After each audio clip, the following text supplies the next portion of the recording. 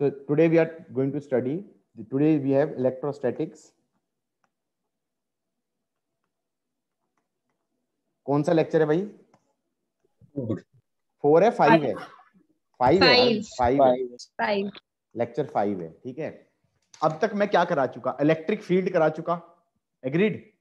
Electric field करा चुका, electric field due to continuous charge distribution करा चुका, electric field due to point charges करा दिया, इलेक्ट्रिक फील्ड लाइंस करा दिया, हाँ या ना? इलेक्ट्रिक फील्ड में कोई चार्ज रखते हैं, उस पर फोर्स क्या होती है वो करा दिया। अब मैं एक नया टॉपिक कराने वाला हूं, गॉस लॉ। आज का एजेंडा है Gauss law and flux. Gauss law, flux, flux, Gauss law, electric field using Gauss law. तो ऐसे कह लो कि आज का एजेंडा है electric flux, electric flux. Second agenda है Gauss law and third agenda है uses of Gauss law, uses of Gauss law. और इसके दो यूज हैं, finding electric field using Gauss law, finding electric field using Gauss law and finding flux using Gauss law. चलेगा?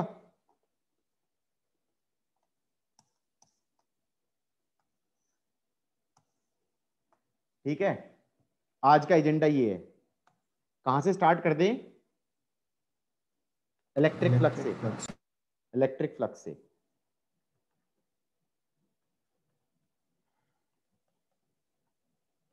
पहली चीज तो electric flux एक स्केलर क्वांटिटी है, एक स्केलर क्वांटिटी है। It is a scalar quantity which is proportional to number of electric field lines crossing or passing through a area, passing through some area, some area। फिर से बोलता हूं मैं, electric flux, इसका symbol ये ले lo fi. हालांकि कई बार फाई ई लिख देते हैं क्योंकि बाद में ना मैग्नेटिक फ्लक्स भी होता है, तो उसको फिर फाई बी बोल देते हैं। चलेगा? गॉट इट और नॉट? तो फाई ई क्या हो गया कि अगर कोई एरिया ले लूं, अगर कोई एरिया ले लूं, ये कोई एरिया है, सपोज ये एरिया है, ये एरिया है, तो इलेक्ट्रिक फ्लक्स थ्रू एरिया का मतलब है, इलेक्ट्रिक फ्लक्स थ्रू एरिया का मतलब है कि एक scalar quantity which is directly proportional to कितनी इलेक्ट्रिक फील्ड लाइंस इस एरिया के थ्रू पास कर रही हैं। कुछ कुछ समझ में आया कि नहीं आया? जैसे मान लो 2 पास कर रही हैं तो 2 हो गया, 4 पास कर रही है तो सम क्वांटिटी प्रोपोर्शनल टू 4 हो गया, अगर 10 पास कर रही है तो प्रोपोर्शनल टू 10 हो गया। कुछ कुछ समझ में आया कि नहीं आया? नहीं आया? Yes, sir. Okay, so this electric flux is a scalar quantity proportional to number of electric field lines crossing or passing through some area। अब इसका मैथमेटिकल फॉर्मूला बनाते हैं।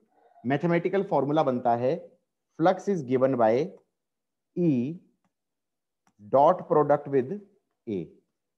अब यहां पर पहली बार तुम्हें समझ में आना चाहिए, एरिया वेक्टर होता है, area is a vector quantity.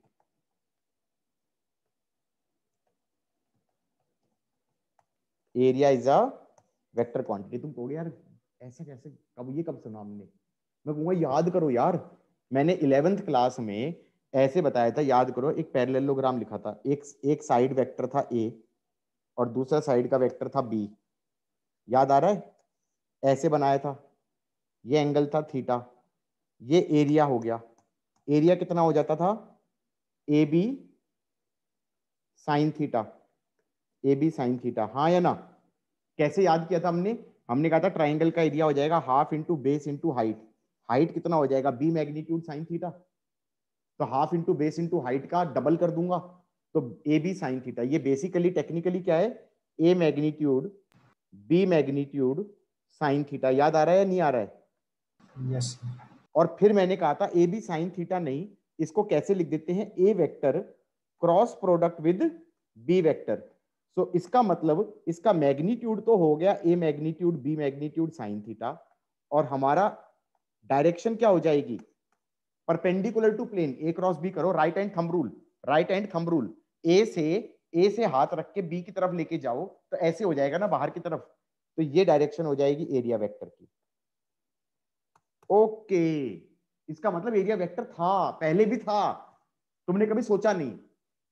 Area vector is a vector perpendicular to the surface, area vector is a vector perpendicular to the surface, got it और नॉट? नहीं याद आ रहा है, आ गया, हिट कर गया। मान लो कल कोई कहे एरिया है, दिस एरिया इज सपोज से ए, अब कोई कहे एरिया वेक्टर क्या है, तो मैं कह सकता हूं एरिया वेक्टर ये भी हो सकता है, और एरिया वेक्टर इसी केस में ये भी ले सकते हैं, हाँ या ना, दोनों चलेगा, दोनों चलेगा, हाँ या ना, ये वाला वेक्टर भी ले सकते थे या ये वाला वेक्टर भी ले सकते थे, गॉट इट और नॉट? मतलब area vector is, area is a vector quantity perpendicular to surface, surface, got it और नॉट? कुछ कुछ चमका या नहीं चमका? Yes sir. मतलब मान लो कोई एरिया ऐसे ले लिया, तो इसमें एरिया वेक्टर ऐसे भी ले सकता हूं और एरिया वेक्टर ऐसे भी ले सकता हूं, चलेगा, दोनों ही चलेगा। Yes sir. किसी को तुम गलत नहीं बोल सकते, हाँ या ना, got it? Yes sir. Yes sir. उसके बाद सपोज करो, सर ऊपर कर दो एक। हाँ श्योर, फास्ट तो नहीं जा रहा हूं मैं, थोड़ा स्लो कर देंगे यार, कोई जल्दबाजी नहीं है। हाँ गाइस, कहां पे था मैं ये कह रहा था flux is defined as E dot A, चलेगा? ये फॉर्मूला कब वैलिड है, जब एरिया वेक्टर ए वेक्टर कब कांस्टेंट होगा, ये बताओ? When the area is planar, when the area is planar. बात समझ में आई या नहीं आई? भाई अगर कल कोई कहे ऐसे कर्व एरिया ले लिया, उसमें तो निपट नहीं जाएंगे, क्योंकि यहां पर एरिया वेक्टर ऐसे हो जाएगा DA1, यहां पे एरिया वेक्टर ऐसे हो जाएगा DA2, किस किस को ये फील आ रही है? यहाँ पे एरिया वेक्टर ऐसे हो जाएगा DA3, यस सर। तो यहाँ पे निपट जाएंगे ना, क्योंकि area vector perpendicular to surface होना चाहिए। तो अगर कर्व्ड एरिया है, कर्व्ड मतलब किसी 2D की जगह 3D है, हाँ या ना, तो इसका मतलब फिर एरिया वेक्टर तो कांस्टेंट नहीं है। तो ई डॉट ए कब लिख सकते हैं, जब एरिया इज प्लेनर। प्लेनर में रेक्टेंगल हो, स्क्वायर हो, कुछ भी शेप हो, रैंडम शेप भी हो सकती है, लेकिन 2D के अंदर होना चाहिए, बोलो हाँ? एवरीबॉडी गॉट इट और नॉट? फ्लैट होना चाहिए, क्या होना चाहिए? फ्लैट होना चाहिए, तभी तो एरिया वेक्टर कांस्टेंट बोलोगे। और दूसरा ई वेक्टर भी कांस्टेंट होना चाहिए ओवर द एरिया वेक्टर। इसका मतलब कैसी इलेक्ट्रिक फील्ड होनी चाहिए? Uniform electric field, uniform electric field. ये किसी को समझ में आया? ई वेक्टर कांस्टेंट होने का मतलब क्या है? Uniform electric field. What do you mean by uniform electric field? An electric field which is constant in magnitude as well as direction. Do you realise कि पॉइंट चार्ज की electric field constant नहीं थी, uniform नहीं थी, हाँ या ना? Uniform electric field का मतलब क्या है? यूनिफॉर्म इलेक्ट्रिक फील्ड का मतलब है which is constant in magnitude and constant in direction, constant electric field। अब याद करो, पॉइंट चार्ज की फील्ड कांस्टेंट थोड़ी है, यहां पर ऐसे है, यहां पर ऐसे है, हाँ या ना, और फील्ड लाइंस ऐसे बन रही थी, तो डायरेक्शन भी हर पॉइंट पे अलग अलग है और मैग्नीट्यूड भी हर पॉइंट पे अलग अलग है। कुछ कुछ समझ में आ रहा है, नहीं आ रहा है? Yes yes sir. Okay, this is variable in constant, variable in magnitude as well as direction, हाँ या ना? ये बता दो, मैग्नीट्यूड ऑफ इलेक्ट्रिक फील्ड किससे डिटरमाइन होता है? Magnitude, spacing between the lines, spacing between the lines determines the magnitude, हाँ या ना? Yes sir. और डायरेक्शन क्या हो गया? टेंजेंट। डायरेक्शन क्या हो गया? टेंजेंट। गॉट इट और नॉट? Yes, sir. तो ये यूनिफॉर्म इलेक्ट्रिक फील्ड नहीं है. In fact, the only place where we have got uniform electric field up till now, what we have studied is infinite sheet. Infinite sheet. हाँ या ना? Infinite sheet मैंने पढ़ाया था. उसके अंदर इलेक्ट्रिक फील्ड हर जगह पे क्या थी? ऐसे थी. कितनी थी? Sigma bye 2 epsilon not. कितनी थी? Sigma bye 2 epsilon not. चलेगा?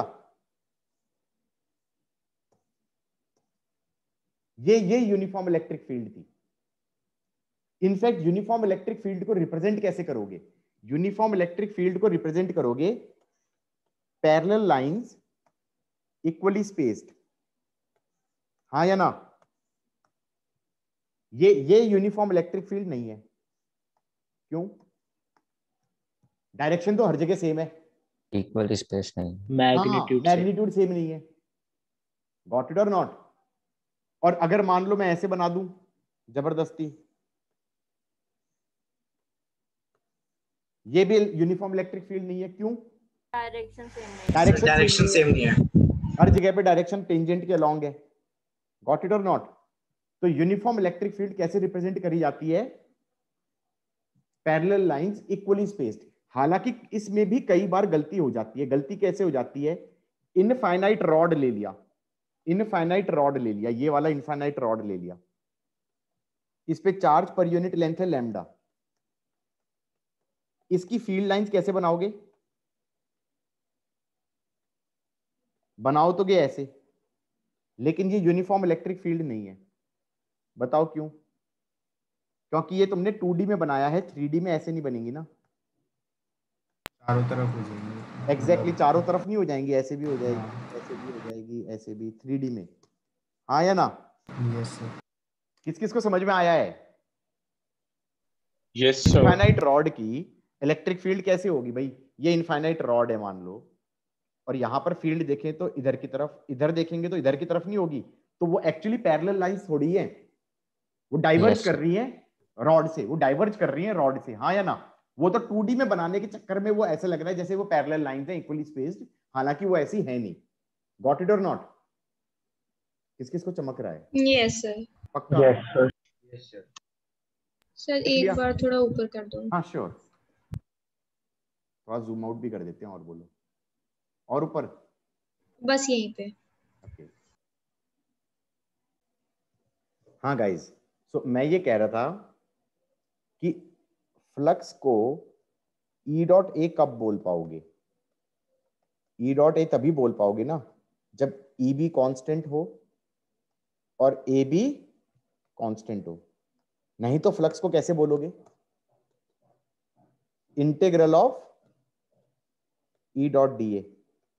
Does that make sense?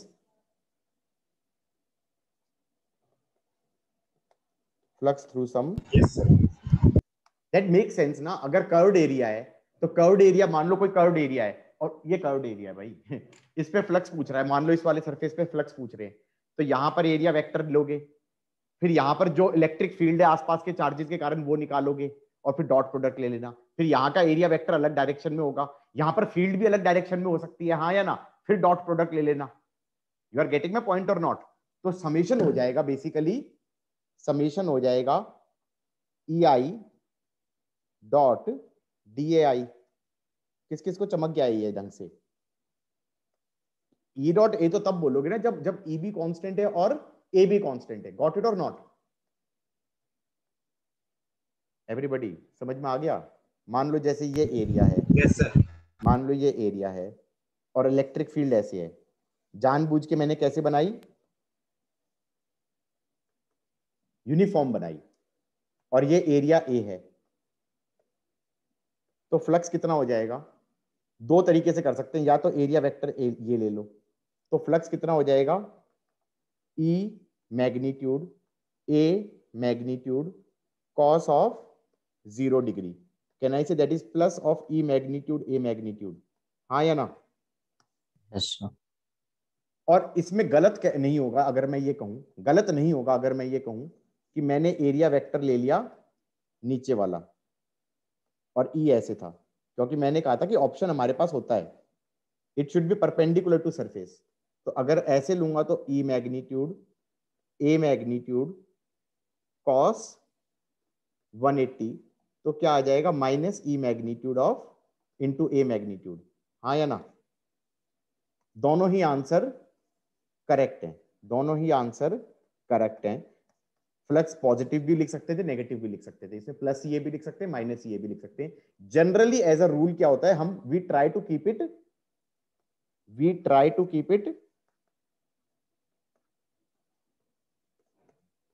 Positive, we try to keep it positive. लेकिन कोई हार्ड एंड फास्ट रूल नहीं है। अगर ऐसे एरिया दे दे तो हम इन दोनों में से कोई भी ले सकते हैं। बोलो हाँ। Everybody got it? यस और मान लो ऐसे होता कि सरफेस ऐसे होता और ई ऐसे होता, इलेक्ट्रिक फील्ड ऐसे होता और एरिया वेक्टर ऐसे होता, तो फ्लक्स कितना हो जाएगा? 0। E magnitude A magnitude cos 90। Yes sir. 0, flux हो जाएगा 0। तुम अगर डेफिनेशन से भी देखो तो मैं यही बोल रहा था, क्या लिख रहा था डेफिनेशन में? It is the proportional to, it is a number proportional to electric field lines crossing area. Are any lines crossing the area? नीचे सबसे लास्ट वाले केस में, 90 वाले केस में, no line is crossing the area ना, cross करके दूसरी तरफ तो नहीं गई, क्रॉस ही नहीं किया, तो फ्लक्स क्या है? 0। फ्लक्स क्या है? 0। Everybody got it? यस। आगे बढ़े?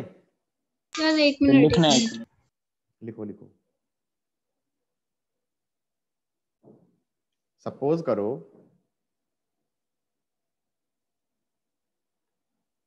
मान लो ऐसे होता, तो ये सरफेस है,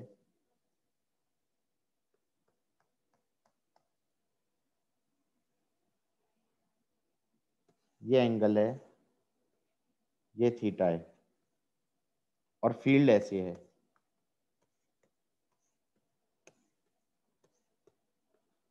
ये इलेक्ट्रिक फील्ड हो गई E और ये एरिया हो गया A। फ्लक्स कितना होगा? फ्लक्स थ्रू सरफेस,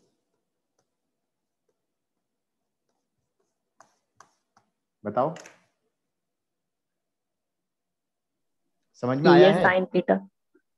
ये साइन थीटा। ये साइन थीटा हो जाएगा, बिल्कुल सही। कैसे सोचा जाए? Yes sir. कि ऐसे सोचो कि भाई एरिया तो ऐसे है और ये थीटा है और इलेक्ट्रिक फील्ड ऐसे है। एरिया वेक्टर कौन सा लोगे? एरिया वेक्टर लोगे परपेंडिकुलर टू सरफेस, ये वाला हो गया E, ये हो गया, ये एंगल, ये 90 है और ये थीटा है, तो ये हो गया 90 माइनस थीटा। तो फ्लक्स क्या हो जाएगा? E magnitude A magnitude cos 90 minus theta, तो that will be EA sine theta.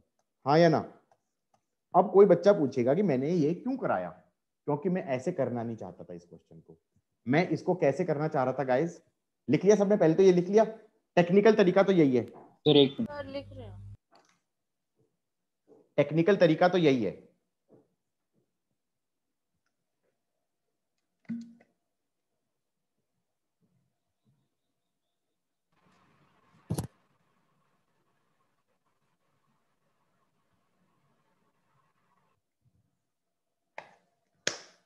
हो गया सर। Good, okay. मैं ये कहना चाह रहा था कि मान लो ये सरफेस है और ये एंगल थीटा है और इलेक्ट्रिक फील्ड ऐसी है, क्या मैं ये फंडा लगा सकता हूं, ये सरफेस 1 बोल दूं, तो flux through surface 1 is same as flux through surface 2 is same as flux through surface 2। क्यों? because same number of electric field lines are passing. Same number of electric field lines are passing through both surfaces. हाँ या ना?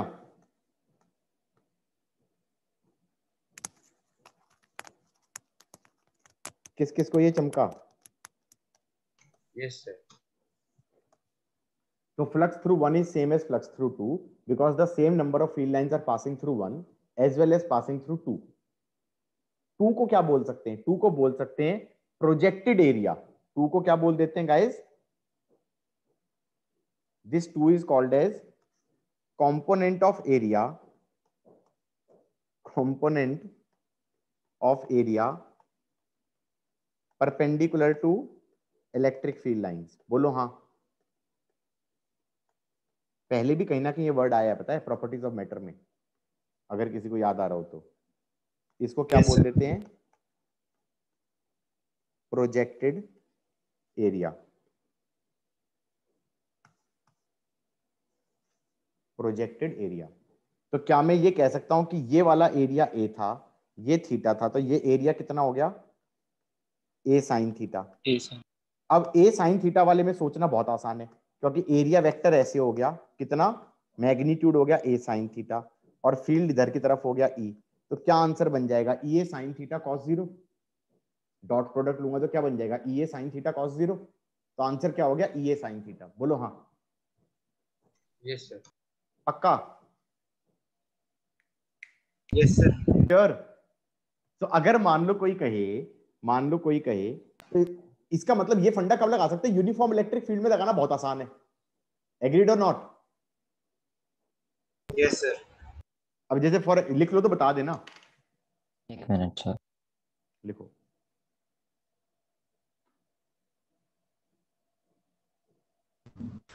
Better लिख लो guys. यहां तक का समझ में आ गया? अब मान लो मैं कहूं, देखो there are two types of areas. इससे पहले भी एक और एग्जांपल दे सकता हूं मैं. मान लो कल कोई कहे ऐसे है,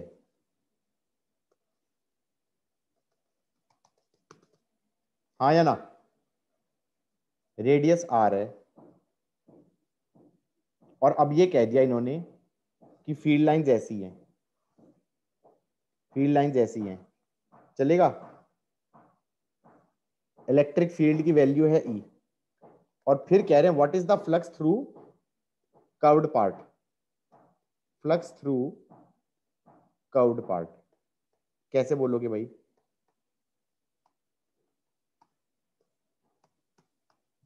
बड़ा झंझट नहीं हो गया कर्व्ड पार्ट में निकालना?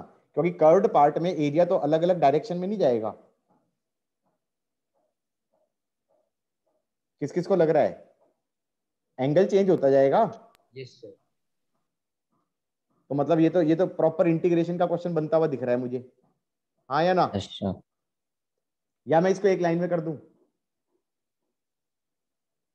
Flux through curved part, can I say flux through curved part would be same in magnitude as flux through this part. बोलो हाँ. Yes, sir. क्यों? Same number of Same lines. line. हाँ, same number of lines are going to cross this one, and they are going to cross this two. हाँ या ना? Yes, sir. So can I simply say Yes, sir. flux through first is nothing but area vector ऐसे ले लो, और E vector ऐसे है, तो ये हो जाएगा E into pi are square cos zero. हाँ या ना? ये हो जाएगा E pi are square, E pi are square. चलेगा? And that will be same as flux through second surface. चमक गया नहीं चमक गया? Yes, sir. एवरीबॉडी? या मैं गंदे तरीके से करके दिखाऊं, इंटीग्रेट करके, just for the fun of it? एक मिनट तो नोट करना है. नोट कर लो. करना तो ऑब्वियसली ऐसे ही पड़ेगा, जब पेपर में आएगा तो ऐसे ही करोगे. मैं तो मतलब चाहो तो मैं कह सकता हूँ कि भाई इंटीग्रेट करके भी दिखा सकता हूँ मैं. दिस मेक सेंस ना? लेकिन ये फंडा कब लगाओगे? जब पैरेलल लाइंस हैं. जब पैरेलल लाइंस है तभी तो प्रोजेक्टेड एरिया यूज करने का कोई मीनिंग रहेगा. एवरीबॉडी गॉट इट और नॉट? Yes.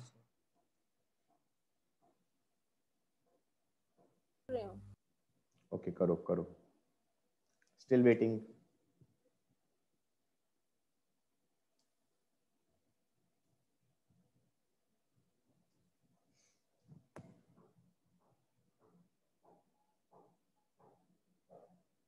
इसको अगर स्कूल में आएगा तो इसको इंटीग्रेशन से करना नहीं नहीं, ऐसे ही करना है भाई, ऐसे ही करना है। तो फिर आप क्या बोल रहे थे? मैं तो कह रहा हूँ इंटीग्रेशन से मैं करा सकता हूँ, मैं इसको जस्ट बिकॉज कि मैं शो ऑफ कर सकता हूँ कि भाई मेरे को देखो, ऐसे भी सोच सकता था मैं इसे कि इलेक्ट्रिक फील्ड ऐसे थी, ऐसी थी ना बेटा। हाँ और मुझे फ्लक्स निकालना है थ्रू कर्व्ड पार्ट, निकालना है ना। हाँ तो मैंने कहा कर्व्ड पार्ट को छोटे छोटे पार्ट्स में कट करेंगे। अब कैसे कट कर सकते हैं, ऐसे बनाओ, ऐसे बनाओ। अब याद करो एंगल थीटा पे डी थीटा सबटेंड करने वाले एलिमेंट्स ले लो, और ध्यान रखना ये डी थीटा सबटेंड करने वाले एलिमेंट्स 3D में आएंगे। ये 3D में आएंगे तो ये ऐसे पूरा का पूरा सरफेस बनेगा।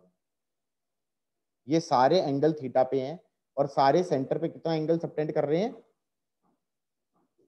कितना कर रहे हैं? थीटा। अरे डी थीटा ना, सेंटर पे थीटा और यहाँ पर डी थीटा, ये सारे के सारे shaded portion. Is that fine और नॉट? अब मैं ये कह सकता हूं इसमें एरिया वेक्टर कैसे बनेगा, ऐसे डीए, पूरे में डीए वेक्टर ऐसे ही तो बनेगा, परपेंडिकुलर टू सरफेस। एग्रीड और नॉट? इलेक्ट्रिक फील्ड कैसे बनेगी? इलेक्ट्रिक फील्ड ऐसे होगी पूरे एरिया पे, हाँ या ना? तो अगर मैं डॉट प्रोडक्ट लूंगा तो ये वाला एंगल आएगा और ये एंगल थीटा ही है। तो मैं कह सकता हूं छोटी सी फ्लक्स क्या हो जाएगी, E magnitude d A magnitude cos theta. Hello, कौन है भाई, कौन चिल्लाया ऐसे हेलो, डरा दिया मुझे। हाँ डी फाई क्या हो गया, E magnitude d A magnitude cos theta, am I right guys? हाँ इसका समेशन ले लो। अब डीए को कैसे लिख सकते हो, डीए को, डीए कौन सा एरिया है, शेडेड एरिया। डीए कौन सा एरिया है, शेडेड एरिया। शेडेड एरिया को लिख सकता हूं लेंथ इनटू ब्रेड्थ। लेंथ क्या हो जाएगा, सरकमफेरेंस। अब ये वाला रेडियस कितना है, this was r, this was theta, तो ये रेडियस कितना हो गया, आर साइन थीटा। तो लेंथ हो गया 2 पाई आर साइन थीटा। किस किस को ये चमका? Yes sir. यस और सर। ब्रेड्थ कितनी हो जाएगी, ब्रेड्थ कितनी हो जाएगी गाइज, ये हो जाएगी ना ब्रेड्थ, तो ब्रेड्थ हो जाएगी आर इंटू डी थीटा, चौड़ाई आर इंटू डी थीटा।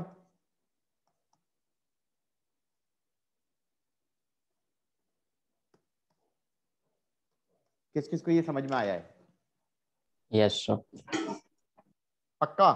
तो क्या मैं ये कह सकता हूं जो मैंने अभी निकाला है इतनी मेहनत करके, वो क्या निकाला है, वो क्या निकाला है, वो मैंने निकाला है छोटा सा flux through this shaded area, हाँ या ना? गॉट इट और नॉट? कितना बन रहा है? बच्चे कहेंगे सर मरने वाले हैं हम इसे देख के क्वेश्चन को। डी एरिया हो गया 2 पाई आर साइन थीटा, इतना टफ भी नहीं है यार, आर डी थीटा ये एरिया हो गया इनटू कॉस थीटा। इंटीग्रेशन में लिमिट्स कहां से कहां तक जाएंगी, 0 से 90। 0 से 90, बिल्कुल सही कह रहे हो। कौन बोला ये, कौन बोला?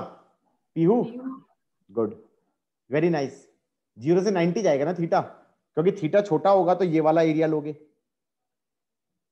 ये वाले थीटा पे, फिर थीटा और बड़ा लोगे तो ये वाला एरिया होगा। तो पूरा एरिया कवर करने के लिए तुम्हें इसमें ये थीटा होगा, तो थीटा 0 से 90 पे सारा कवर हो जाएगा, नहीं हो जाएगा? कॉन्फिडेंस आया? अब बच्चे कहेंगे कि यहां पर ना थोड़ी दिक्कत आ रही है, इसका इंटीग्रल को कैसे करें। मैंने कहा E magnitude into pi are square बाहर ले लो, अंदर लिख दो साइन 2 थीटा डी थीटा का इंटीग्रल, चलेगा? 0 से 90, 2 साइन थीटा कॉस थीटा तो लिख दिया, साइन 2 थीटा। अब इसके इंटीग्रल में क्या करते थे, किसी को याद आ रहा होगी, sine 2 minus 3x into dx का इंटीग्रल क्या होता है? साइन का होता था minus cos 2 minus 3x divided by coefficient of x that is minus 3। तो साइन 2 थीटा का क्या हो जाएगा integration? Minus cos 2 theta divided by 2, 0 से 90, ये आ गया -1/2 cos 180, final limit minus cos 0, cos 180 होता है -1, कॉस 0 होता है 1, ये 2 और ये 2 कट गया, माइनस माइनस कट गया, ये पूरी चीज क्या बनी? 1। आंसर क्या बना? E magnitude into pi are square which is same as before. मैंने ऐसे किया, क्या मैं शो ऑफ कर रहा था कि या आई कैन डू इट? शायद हाँ या ना, लेकिन थोड़ा सा नॉलेज भी गेन हुआ तुम्हें, क्या ऐसे भी सेम ही आएगा? निशा समझ में आया है? Yes sir. पक्का? Yes sir. ओके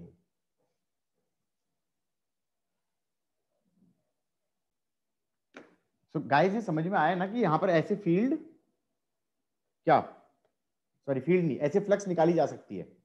अब जैसे मान लो एक और क्वेश्चन बनाता, ऐसे बना दिया, एक second, why is my control Z not working? Undo तो कर दे भाई।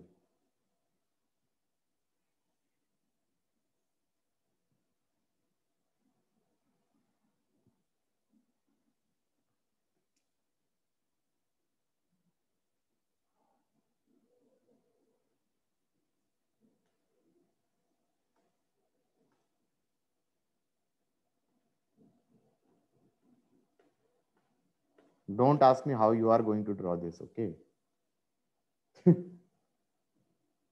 बना पाओगे? बना टाइम दो सर थोड़ा।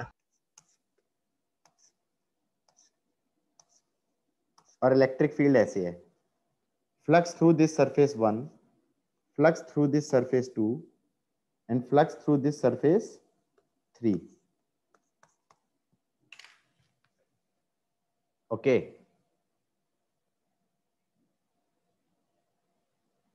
कितना हो जाएगा? सर शायद 1 और 2 में सेम सेम होगा, ही रहेगा। सेम होगा, ठीक है कि नहीं है? क्योंकि प्रोजेक्टेड एरिया वाली बात हो गई ना।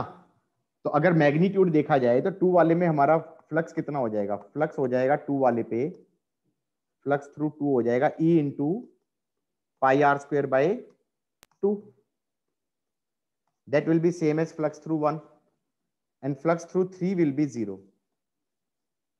Agreed or not? Yes sir. 3 पे 0 क्यों होगा? क्योंकि अगेन 90 डिग्री, एरिया वेक्टर ऐसे लोगे ना, इसका एरिया वेक्टर ऐसे होगा। किस किस को ये समझ में आ गया है? Yes sir. Good, yes sir. आगे बढ़े या ऊपर जाऊं? बना बनाओ बनाओ बनाओ, ठीक है, जल्दी जल्दी करो गाइस, आज बहुत करना है हमें।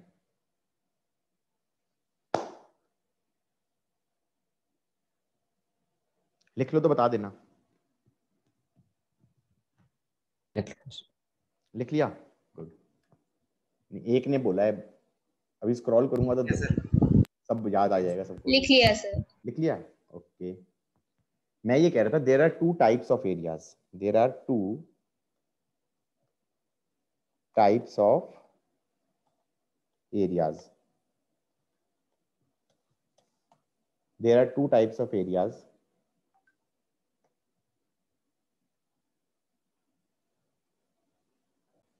Guys there are 2 kinds of areas, एक होता है हमारा ओपन एरिया और एक होता है क्लोज्ड एरिया। क्या होता है? क्लोज्ड एरिया, ठीक है? ओके तो ओपन एरिया और क्लोज्ड एरिया में क्या फर्क है? ओपन एरिया का मतलब हो गया, जैसे कोई ये वाला एरिया ले रहा हूं, ये हो गया एरिया, ये ओपन एरिया हो गया। अब बच्चे कहेंगे फिर क्लोज एरिया क्या चीज है? मैंने कहा क्लोज एरिया ऐसा एरिया ले लो, ऐसा एरिया ले लो जो कुछ वॉल्यूम को एनक्लोज कर रहा है। समझे कि नहीं समझे? जैसे फॉर एग्जांपल मैंने कोई क्यूब ले लिया, एग्रीड और नॉट, ऐसे इसका जो सरफेस एरिया है वो कैसा एरिया हो गया? Closed area. एग्रीड और नॉट? किस किस को समझ में आया? या मैंने सपोज से ये ले लिया, अगर मैं लिड को भी इंक्लूड करूंगा, लिड्स को भी इंक्लूड कर रहा हूं, तो कौन से वाला एरिया हो गया? ये क्लोज्ड एरिया हो गया। तो अब यहां पर there is a rule, there is a standard rule कि एरिया वेक्टर कौन सा लेना होता है, क्योंकि ओपन एरिया में तुम कोई भी एरिया वेक्टर ले सकते हो, ये वाला भी ले सकते हो और ये वाला भी ले सकते हो, चलेगा? Both are correct, both are correct. लेकिन अगर कोई कहे कि हमने क्लोज्ड एरिया को लेना है, तो यहां पे रूल होता है कि सिर्फ आउटवर्ड नॉर्मल लेते हैं। क्या लेते हैं? क्या लेते हैं गाइस? कौन सा लेते हैं? Outward normal. तो यहां का एरिया वेक्टर ये लोगे, यहां का ये लोगे, यहां का ये लोगे, यहां का ये लोगे, यहां का ये लोगे, पीछे वाले का ऐसे लोगे। ये बात समझ में आई या नहीं आई? Yes sir. Yes sir. जैसे जैसे ये सिलेंडर वाला है, इसमें तो वेरिएबल भी होगा। यहां वाले का ऐसे हो गया, यहां वाले का ऐसे हो गया एरिया वेक्टर, और कर्व वाले पे तो मजे ही आ जाएंगे। इधर का ऐसे, इधर का ऐसे, इधर का ऐसे, इधर का ऐसे, हाँ या ना? You are getting my point? लेकिन आउटवर्ड वाला लेना, गलती से अंदर वाला मत ले लेना। गॉट इट और नॉट? सर ये क्लोज्ड वाला थोड़ा दोबारा बता दो। अरे यार, क्लोज्ड एरिया का मतलब है जैसे जैसे ये और ये, इसका सरफेस एरिया क्लोज्ड एरिया हो गया। एग्रीड? Yes sir. पूरे को एक साथ ले रहा हूं, तो इसमें कर्व है, लेकिन इसमें एरिया वेक्टर मैं तो कहता था सरफेस के परपेंडिकुलर लेना। मैंने कहा अब रूल बन गया कि जब क्लोज्ड एरिया ले रहे हो ना, तो आउटवर्ड वाला लेना। धर धर धर धर धर धर धर धर धर। अब बात समझ में आई या नहीं आई? Yes sir. आपने जो बोला था अगर सिलेंडर में लिड है तो वो क्लोज्ड होगा, सिलेंडर की लिड नहीं होगी तो वो ओपन ही हो गया ना एक तरीके से। अब तुम कहोगे सर ऐसा अजीब सी बात क्यों कर रहे हो यार? गॉस लॉ क्लोज्ड एरिया पे लगता है। किस पे लगता है गॉस लॉ? Closed area. सबसे पहले क्या बोलता है? In a closed area the net flux is something something something something. तो पहले मुझे ये तो बताना पड़ेगा ना कि यार ओपन एरिया क्या होता है और क्लोज एरिया क्या होता है, हाँ या ना? तो क्लोज एरिया ऐसा एरिया हो गया जो कंप्लीटली एक वॉल्यूम को एनक्लोज करे विदाउट एनी कैविटी। अगर इसका ढक्कन खोल दूं और ढक्कन को काउंट ना करूं, तो is this a close area? No, because there is a cavity. अब समझ में आई बात या नहीं आई? हाँ यस सर, कैविटी नहीं होनी चाहिए ना सर। कैविटी नहीं होनी चाहिए, कैविटी नहीं होनी चाहिए। कैविटी हो गई तो वो एक तरीके से ओपन एरिया ही हो गया, वो क्लोज एरिया। Yes sir. तो closed area is an area which technically and completely encloses a volume without any cavity, without any cavity. Have you got that or not? Yes, sir.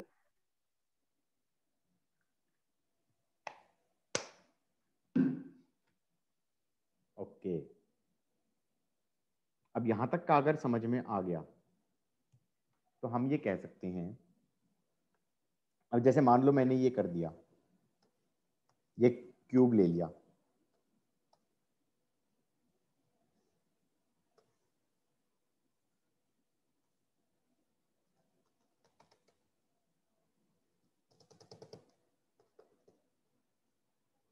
और मान लो मैंने इसको uniform electric field में रख दिया, हाँ या ना? तो what is flux through one? Flux through one is plus EA. What is flux through two? नीचे वाला flux through two is minus EA. Am I right? क्यों क्यों? क्योंकि ये हो जाएगा EA cos 180, क्योंकि ये हो जाएगा A magnitude cos 180. What is flux through 3? Flux through 3 is EA cos 90. That's 0. Flux through 4 is 0. Flux through 5 is 0.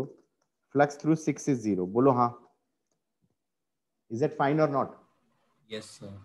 Can I simply say flux net through closed area क्या हो जाएगा? summation of flux through each surface. In this case it will be plus EA minus EA plus 0 0 0 0. हाँ या ना? कितना आ गया? 0. Does that make some sense or not? हाँ ना में जवाब दो भाई, पक्का? Yes sir. श्योर? किस किस को समझ में आ गया? एक क्वेश्चन बनाया था मैंने, क्वेश्चन बनाया था। अब एक और चीज भी बोल सकते हैं, flux net through close area is basically sum of all fluxes. Sum of all fluxes में तुम्हें एरिया वेक्टर कौन सा लेना है? Outward normal. इसको लिखने का एक और तरीका भी होता है। क्या मैं इसको ऐसे लिख सकता हूं? Flux net through closed area is number of electric field lines exiting minus number of electric field lines entering. किस किस को ये हजम हुआ? पहली बात तो मैंने एंटरिंग माइनस एग्जिटिंग नहीं बोला, मैंने एग्जिटिंग माइनस एंटरिंग बोला। समझ में आया? मैंने एंटरिंग माइनस एग्जिटिंग नहीं बोला, मैंने एग्जिट माइनस एंटर बोला, क्योंकि एग्जिट करने वाली पॉजिटिव फ्लक्स देगी और एंटर करने वाली नेगेटिव फ्लक्स देगी। M I right? नहीं समझ? क्योंकि जो एग्जिट करेगी वो अक्यूट एंगल होगा और जो एंटर करेगी वो आउटवर्ड नॉर्मल वाला एरिया वेक्टर है, वो ऑब्ट्यूस एंगल होगा। तो कॉस ऑब्ट्यूस नेगेटिव जाएगा, तो एंटरिंग वाली फ्लक्स, इसका मतलब साइन कन्वेंशन इंपॉर्टेंट हो गया ना, कि आउटवर्ड नॉर्मल वाले को हम नॉर्मल लेते हैं। एग्जैक्टली समझ में आया कि नहीं आया? तो ये जब फॉर्मूला लिखा है इसमें, ये मतलब कुछ सेंस लगाकर उसको समझना है कि ये जो लिखा है वो समझ आया कि नहीं। नहीं, इसमें सेंस ये तो याद तो होना ही चाहिए कि इसका मतलब net flux through a closed area is always number of net field lines exiting, net field lines exiting. तो that will be technically exit minus enter. हाँ या ना? That makes sense. Closed area है, इसमें यूनिफॉर्म नहीं भी होता, अगर नॉन यूनिफॉर्म भी होता तो भी ये चीज वैलिड होगी कि कितनी लाइनें निकली माइनस कितनी एंटर करी। अब बात समझ में आ रही है नहीं आ रही है? हाँ। तो एग्जिट माइनस एंटर करेंगे तो किसी क्लोज्ड एरिया के थ्रू नेट फ्लक्स आ जाएगी। बोलो हाँ? हाँ ठीक है। ठीक है। तो दो तरीके से सोच सकते हैं, या तो हम नेट फ्लक्सेस का सम कर दें या एग्जिट माइनस एंटर बोल दे। दोनों ही केस, इस क्वेश्चन में दोनों ही तरीके से जीरो आ रहा है या नहीं आ रहा है? हाँ। पक्का? श्योर? हाँ। कोई दिक्कत तो नहीं है? ओके, सबको हजम हुआ है? Yes sir. लिख लो तो बता देना गाइस, हो गया? सो बेसिकली अगर मैं ये कह रहा हूं, जैसे मान लो ऐसे होता,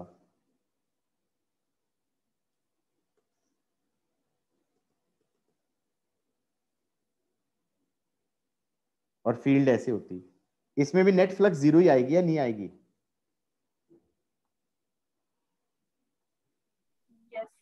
पूरे एरिया के थ्रू। और इस कर्व्ड वाले पे जीरो होगी फ्लक्स, वैसे फ्लक्स 2 जीरो होगी। इस पे फ्लक्स 1 प्लस ये होगा, और इस पे फ्लक्स 3 माइनस ये होगा। बोलो हाँ? Yes sir. क्योंकि इस वाले का एरिया वेक्टर ऐसे होगा और ये ऐसे होगा, तो 90 डिग्री पे होगा। किस किस को ये समझ में आ गया है? Yes sir. अब जैसे सपोज करो, अब जैसे सपोज करा हमने कि मेरे पास एक पॉइंट चार्ज है और उसको मैंने सेंटर पे रख दिया एक 3D एरिया के। ये 3D एरिया मतलब क्या है? स्फीयर है, और स्फीयर का कर्व सरफेस, स्फीयर का कर्व्ड सरफेस है। हाँ या ना?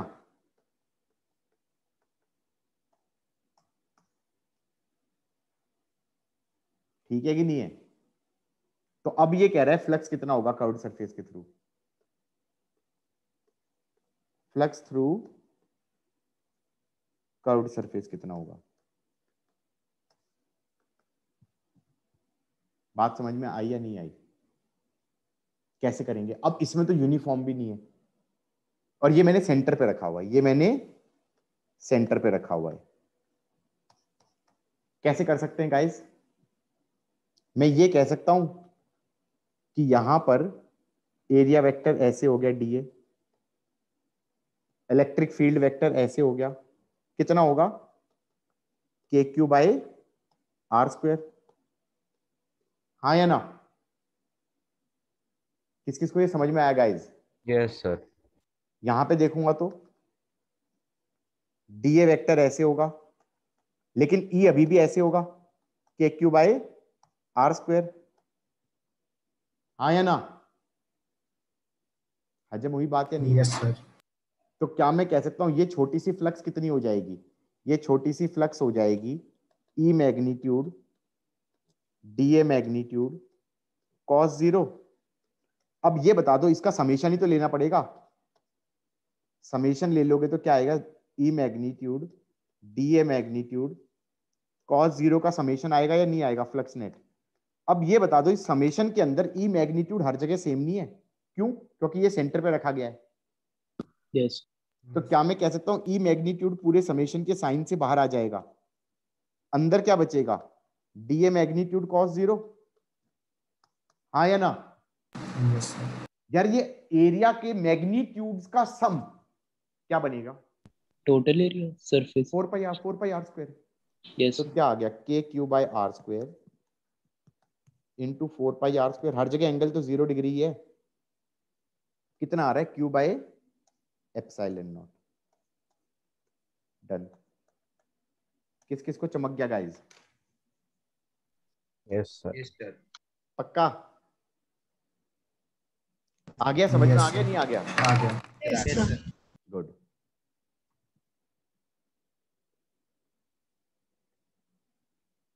लिख लो तो बता देना। तो हमने सर ये स्फीयर का करा है तो समेशन ऑफ एरिया तो एक्चुअल एरिया ही आ गया, तो हाँ, यही होगा। लेकिन ये हमेशा नहीं कर सकते ना। ये कब कर सकते हो? ये कब कर सकते हो? जब ई वेक्टर हर जगह, ई मैग्नीट्यूड हर जगह सेम हो। तुम बताओ ना, अगर मैग्नीट्यूड ओके, क्योंकि वो सेंटर पे था इसलिए वो सेम था। इसलिए वो सेम था।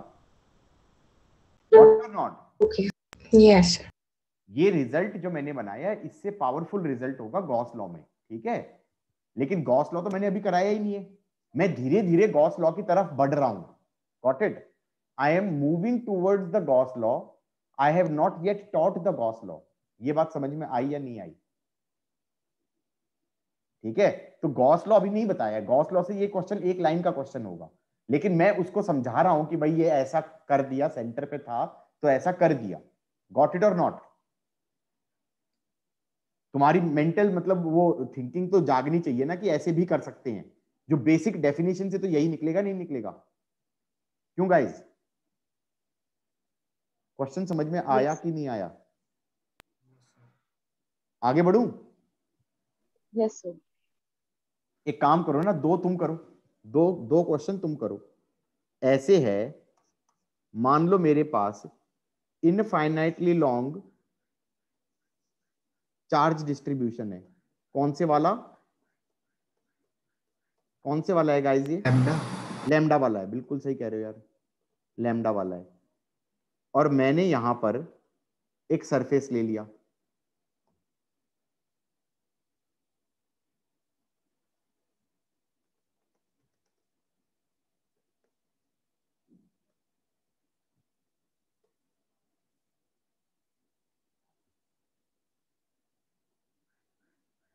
अब सही है?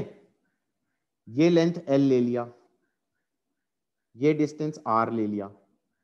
अब ये कहता है कि तीन सरफेसेस हैं, surface 1, surface 2 and surface 3। Flux through 1 निकालो, फ्लक्स थ्रू 2 निकालो एंड फ्लक्स थ्रू 3 निकालो। Using what? Proper definition of flux. Using what? Proper definition of flux. Got it और नॉट? जब ये हो जाए तो ये क्वेश्चन 1 हो गया, ये क्वेश्चन 1 हो गया, और फिर एक और क्वेश्चन करना, क्वेश्चन 2। इन दो को कर दो, फिर गॉस लॉ सिखाऊंगा।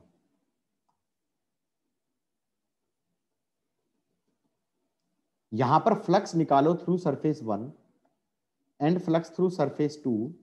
यहां पर अगर सेंटर पे पॉइंट चार्ज रख दिया है Q, रेडियस R ले लेना। ये तो बताना पड़ेगा ना किसकी फील्ड के कारण, तुम समझे कि नहीं समझे? जब भी कोई कहता है फ्लक्स निकालो फ्लक्स निकालो फ्लक्स निकालो, ये तो बताएगा ना कौन से चार्ज के कारण जो फील्ड बनी है उसके कारण फ्लक्स निकालो। तो पहले वाले केस में क्या हो गया, इनफाइनाइट वायर के कारण कह रहा है फ्लक्स निकालो, और सेकंड वाले में कह रहा है पॉइंट चार्ज के कारण जो फील्ड बना है उसके कारण फ्लक्स निकालो through some area. Got it और not? Everybody got it? Yes, sir. Okay, try this question, both of these questions. Okay, you have got 2-3 minutes. भाई फ्लक्स थ्रू 1 तो 0 होगा, फ्लक्स थ्रू 1 0 क्यों होगा गाइज, बताओ जरा? 90 डिग्री के कारण 0 होगा, हाँ या ना? Yes, sir. भाई 1 वाले पे अगर देखा जाए तो यहां पर E अलग है। याद करें इनफाइनाइट वायर के कारण फील्ड कैसे होती थी, इनफाइनाइट वायर के कारण जिसपे charge per unit length lambda होता था, तो R डिस्टेंस R1 डिस्टेंस पे होती थी 2k lambda bye R1। Yes sir. R2 distance पे कितनी होती थी, 2k lambda bye R2। Yes. हाँ या ना? और बाहर की तरफ होती थी, बाहर की तरफ, मतलब 3D में सोचा जाए तो ऐसे होगी, यहाँ पर ऐसे होगी, यहाँ पर ऐसे होगी, हाँ या ना? यहाँ पर ऐसे होगी, यहाँ पर ऐसे होगी, 3D में देखा जाए तो यहाँ पर ऐसे होगी। Got it? तो यहाँ पर E अलग है, E1 है यहाँ पर, लेकिन D एरिया 1 तो ऐसे नहीं होगा, यहाँ पर E2 अलग हो जाएगा, लेकिन D एरिया 2 तो ऐसे हो जाएगा, हमेशा 90 डिग्री नहीं होगा। तो क्या मैं ये नहीं कह सकता कि जो फ्लक्स है वो सरफेस 1 पे तो क्या आएगी, EI magnitude DAI magnitude cos 90 का summation, can I say that will B 0? cos 90 0 होता है, ऐसे ही 3 वाला भी 0 होगा। 2 वाले में क्या करोगे, 2 वाले में ये कहूंगा कि यहां पर एरिया ले लो ऐसे, और E ऐसे होगा। Yes sir, outward. और यहां पर अगर देखूंगा तो यहां पर भी हमारा E ऐसे होगा और एरिया भी ऐसे होगा, हाँ या ना? तो फ्लक्स 2 क्या हो जाएगा, summation of E magnitude DA magnitude cos 0। अब किस किस को ये चमक रहा है कि यहाँ पर E मैग्नीट्यूड कांस्टेंट हो जाएगा over all the areas, curved area पे हर जगह E मैग्नीट्यूड सेम होगा, बोलो हाँ? Yes sir. कितना होगा, 2k lambda by R, 2k lambda bye. और अंदर सर सिर्फ समेशन ऑफ DA मैग्नीट्यूड बन जाएगा, समेशन ऑफ DA मैग्नीट्यूड क्या हो जाएगा, 2 पाई RL। Yes sir. तो ये कितना हो गया, lambda L by epsilon not, K को लिख देना ना 1/4 पाई एप्सिलॉन नॉट। यस सर, यही है। हाँ, तुम क्यों बोल रहे थे भाई, क्यों कहाँ से आ गया था? सर वो क्यू मैंने रफ में लिख रखा था, वो गलती से इस क्वेश्चन में मर्ज कर दिया गलती से। ठीक है, यहाँ तक का समझ में आ गया कि नहीं आ गया? This was pretty much straight forward question if you think over it. ये वाला देख लेते हैं, चलो किसी ने ये पूरा किया? सर 1 पे तो निकाल दिया था। Yes sir. Q/2 epsilon not. Yes sir. ठीक है।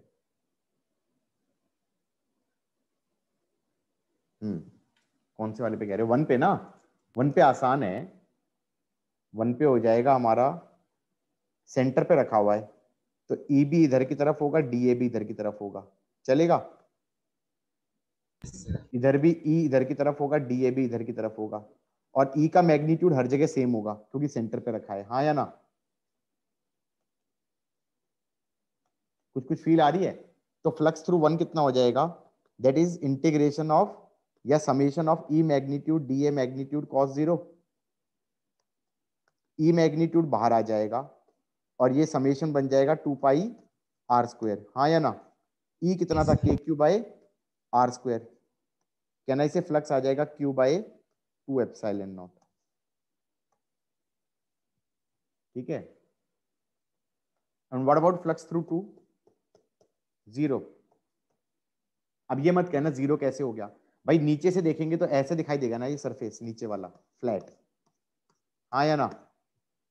यहाँ पे चार्ज रखा है, फील्ड कैसे होगा? हमेशा प्लेन के अंदर नहीं होगा, यहाँ पे देखेंगे तो ऐसे होगा, यहाँ पे देखेंगे तो ऐसे होगा, हाँ या ना? और एरिया इसके परपेंडिकुलर नहीं होगा हमेशा। Yes sir.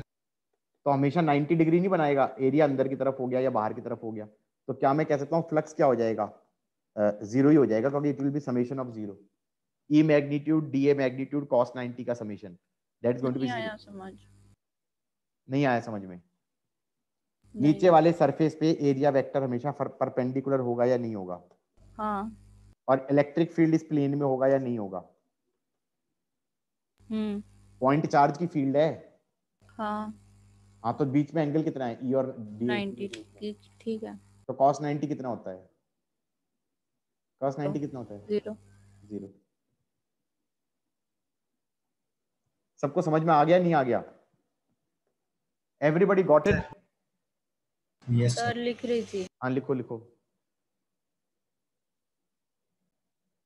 अब पूरा दिख रहा है एक साथ? देख लो ये वाला पिछला क्वेश्चन।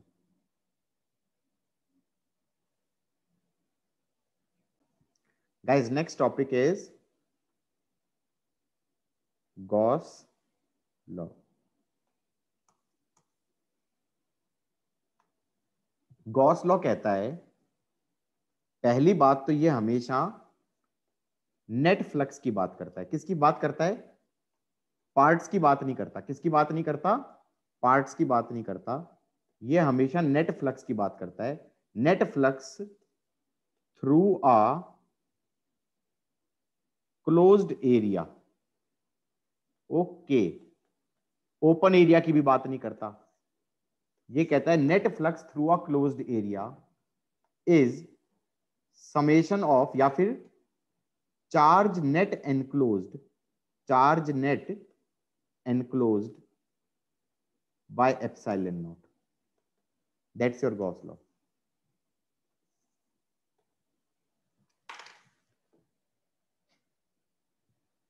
भाई क्लोज्ड एरिया मैंने समझाया था, क्लोज्ड एरिया होता है जिसमें कैविटी नहीं है। तो क्लोज्ड एरिया हमेशा कोई वॉल्यूम को एनक्लोज करेगा या नहीं करेगा? ये बता दो। Yes sir. करेगा ना? तो वो ये सिंपल बोल रहा है कि नेट फ्लक्स, नेट फ्लक्स इस पार्ट की बात नहीं कर रहा, इसकी बात नहीं कर रहा, इसकी बात नहीं कर रहा, इसकी बात नहीं कर रहा, सबकी बात कर रहा हूं। Net flux through the closed area is net charge enclosed divided by epsilon not. That's it, this is Gauss law. समझना तो है ही नहीं, अब मैं समझाऊंगा, अब मैं समझाऊंगा, हाँ या ना? वो ये कह रहा है, वो ये कह रहा है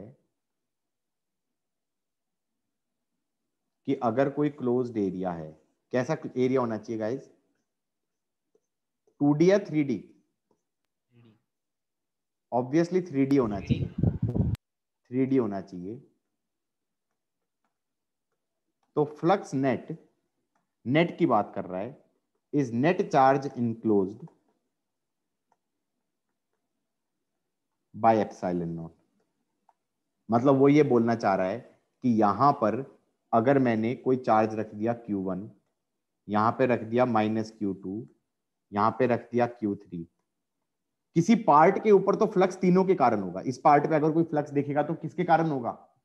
इलेक्ट्रिक फील्ड ऑफ Q1 के कारण भी होगा, इलेक्ट्रिक फील्ड ऑफ -Q2 के कारण भी होगा, इलेक्ट्रिक फील्ड ऑफ Q3 के कारण भी होगा, हाँ या ना? समझे कि नहीं समझे? इस छोटे से पार्ट पे तो फ्लक्स सबके कारण होगा या नहीं होगा? Yes sir. इस छोटे से पार्ट पे जो फ्लक्स होगा उसमें एरिया वेक्टर लोगे और ई वेक्टर लोगे। वो ई वेक्टर कौन सी होगी? नेट होगी ना। तो नेट के अंदर Q1 का कंट्रीब्यूशन भी होगा, -Q2 का भी होगा और Q3 का भी होगा। बोलो हाँ। लेकिन गॉस लॉ कहता है जब तुम पूरे पे फ्लक्स निकालोगे ना तो सिर्फ और सिर्फ किसके कारण होगा? Q1 -Q2 bye epsilon not. That is it.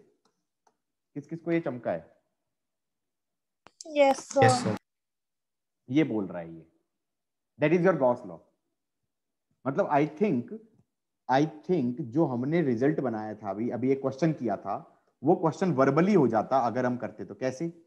हमने कहा था कि ये बॉल है, चार्ज यहां रखा था, रेडियस r था, इसके सेंटर पे चार्ज रखा था, और मैंने कहा था कि इस पे नेट फ्लक्स निकालो। ये क्लोज्ड एरिया है, 3 डायमेंशन में है, हाँ क्लोज्ड एरिया है, तो flux net is q bye epsilon not. Done. किस किस को ये चमका? यस यस सर पक्का? Yes sir. और ये पावरफुल हो गया, और ज्यादा ताकतवर हो गया। क्यों? अभी तो निकाला था तो मैंने सेंटर पे रख के निकाला था। सेंटर पे रख के निकाला था, नहीं निकाला था? हाँ या ना में जवाब दो। सेंटर पे रख के निकाला था, यानी ई बाहर निकाला था मैंने इंटीग्रल के, हाँ या ना? गॉस लॉ कहता है ऐसी कोई जरूरत नहीं है, ऐसी कोई जरूरत नहीं है, हमारी बला से इस चार्ज को यहां रख दो, अभी भी इतनी होगी। किस किस को ये चमका? Charge enclose by epsilon not. Yes sir. आया है समझ में? Yes sir. और तुम्हें ये रियलाइज होना चाहिए कि आई कैन से कि ये बात सही भी है। बताओ क्यों सही है? मान लो मैं ये कहता, लिख लिया सबने ये? मतलब ये क्वेश्चन हमारे लिए एक लाइन का क्वेश्चन था। समझ में आया कि नहीं आया? क्योंकि गॉस लॉ से एक लाइन में हो जाना चाहिए था, ये गॉस लॉ से एक लाइन में हो जाना चाहिए था। मैं इसको एक और तरीके से समझा रहा हूं कि सपोज करो हमारे पास पॉइंट चार्ज था, उसके कारण फील्ड लाइन जैसे बनती है ना? बनती है नहीं बनती है? उससे निकलती है। तुम ये बताओ, अगर मैं कोई स्फीयर लूं, उसके सेंटर पे रखूं, इसके थ्रू फ्लक्स कितना हो रहा है? q bye epsilon not. बोलो हाँ। Yes sir. यार ये बताओ, अगर मैं ऐसे स्फीयर बना देता, सेम लाइनें निकल रही है नहीं निकल रही है? यस ब्लू और ग्रीन में। समझ में आया कि नहीं आया? तो ये फ्लक्स भी सेम आएगी। Got it? और छोड़ो, अगर मैं कोई रैंडम शेप बना देता,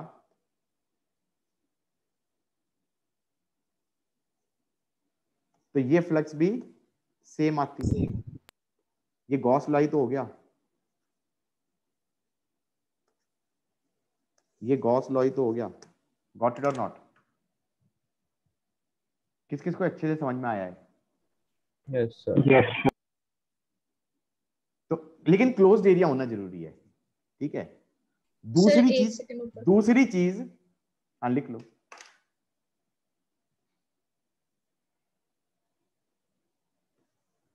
थ्री डी है ये, ध्यान रखना, 2D नहीं है। किसी बच्चे ने कहा कि भाई ये चार्ज सरफेस के ऊपर रखा हो, तो चार्ज को मानो छोटा सा गोला है, और ये मानो कि वो छोटे से गोले का कितना हिस्सा काट के अंदर चला गया और कितना बाहर चला गया। How is that? Half half कर देना। ये एक तरीके से सॉलिड स्टेट का क्वेश्चन नहीं हो जाएगा? सॉलिड स्टेट में होता है, वो काटते हैं सर, इसीलिए याद आ रही है। हाँ बिल्कुल सही याद आ रहा है। केमिस्ट्री में जैसे सॉलिड स्टेट में करते हैं वैसा सही हो जाएगा, ठीक है? बिल्कुल सही कहा तुमने। ये मैं कराऊंगा अभी, ऐसे क्वेश्चंस भी कराऊंगा। यहां तक का समझ में आ गया? वैसे अभी तो गॉस लॉ इंट्रोड्यूस कर रहा हूं यार। अभी तो मैं ये कह रहा हूं कि भाई चार्ज जो एनक्लोज वाला है उसी के कारण फ्लक्स होती है, बाहर क्लोज्ड एरिया में नेट फ्लक्स चार्ज एनक्लोज के कारण होती है, हाँ या ना? और जो हमारा बाहर वाला चार्ज है उसका कोई कंट्रीब्यूशन नहीं होता। आई कैन ऑल्सो एक्सप्लेन कि बाहर वाले का कंट्रीब्यूशन क्यों नहीं होता। सपोज करो ये पॉइंट चार्ज है, इसके कारण फील्ड लाइन जैसे बनेंगी? बोलो हाँ, बनेंगी ना? ऐसी तो बनती है। Yes sir.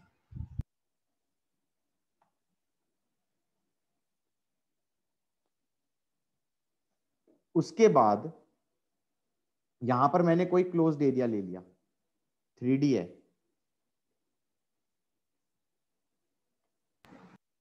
अब तुम खुद बताओ बाहर वाले चार्ज के कारण नेट फ्लक्स क्या होगा क्लोज्ड एरिया में? एग्जिट माइनस एंटर से सोच सकता हूं। Flux net due to Q on closed area.